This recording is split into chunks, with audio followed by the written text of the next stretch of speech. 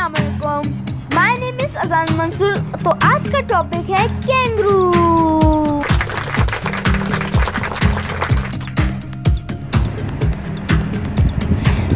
Kangaroo बरआज़म Australia में मिलने वाला ये एनिमल कई मुनफरिद खूबियों का मालिक है।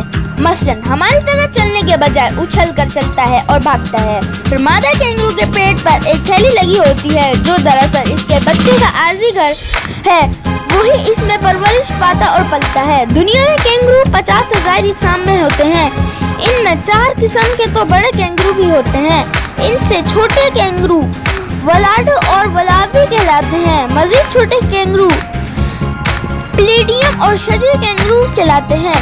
ऑस्ट्रेलिया में पाए जाने वाले दीगर छोटे थैलीदार जानवर भी कैंगरूज के रिश्तेदार हैं। इनमें चूहे का जिक्र भी काबिल जिक्र है। कैंगरू ऑस्ट्रेलिया का कौमी जानवर है, इसलिए ऑस्ट्रेलियाई हुकूमत की आलमा कोड ऑफ आर्म्स ईमो के अलावा कैंगरूज भी बना हुआ है। इन दोनों का इंतखाब इसलिए हुआ कि ये जानवर हमेशा आगे चलता है, पीछे नहीं चल सकता। ऑस्ट्रेलियाई तहजीब व सफाकत में कैंगरूज मुख्तलिफ अंदाज में नजर आता है। कैंगरूज की पिछली टांगें मजबूत, लंबी और ताकतवर होती हैं। वही इन्हें के जरिए उछल कर चलते हैं। पैर भी बहुत चौड़े होते हैं ताकि उछलने कूदने में आसानी रहे। अपनी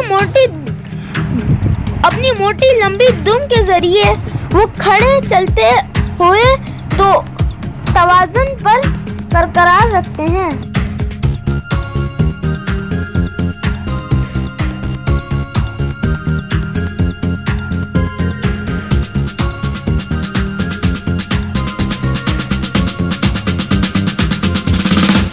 ऑस्ट्रेलिया की जिन रियासतों में कैंगरू की बहुतायत है, वहाँ जगह जगह सड़कों पर कैंगरू से बचाव के बैनर लगे हुए हैं। इसकी वजह यह है कि सड़क पार करते हुए अक्सर कैंगरू कार से टकरा जाते हैं।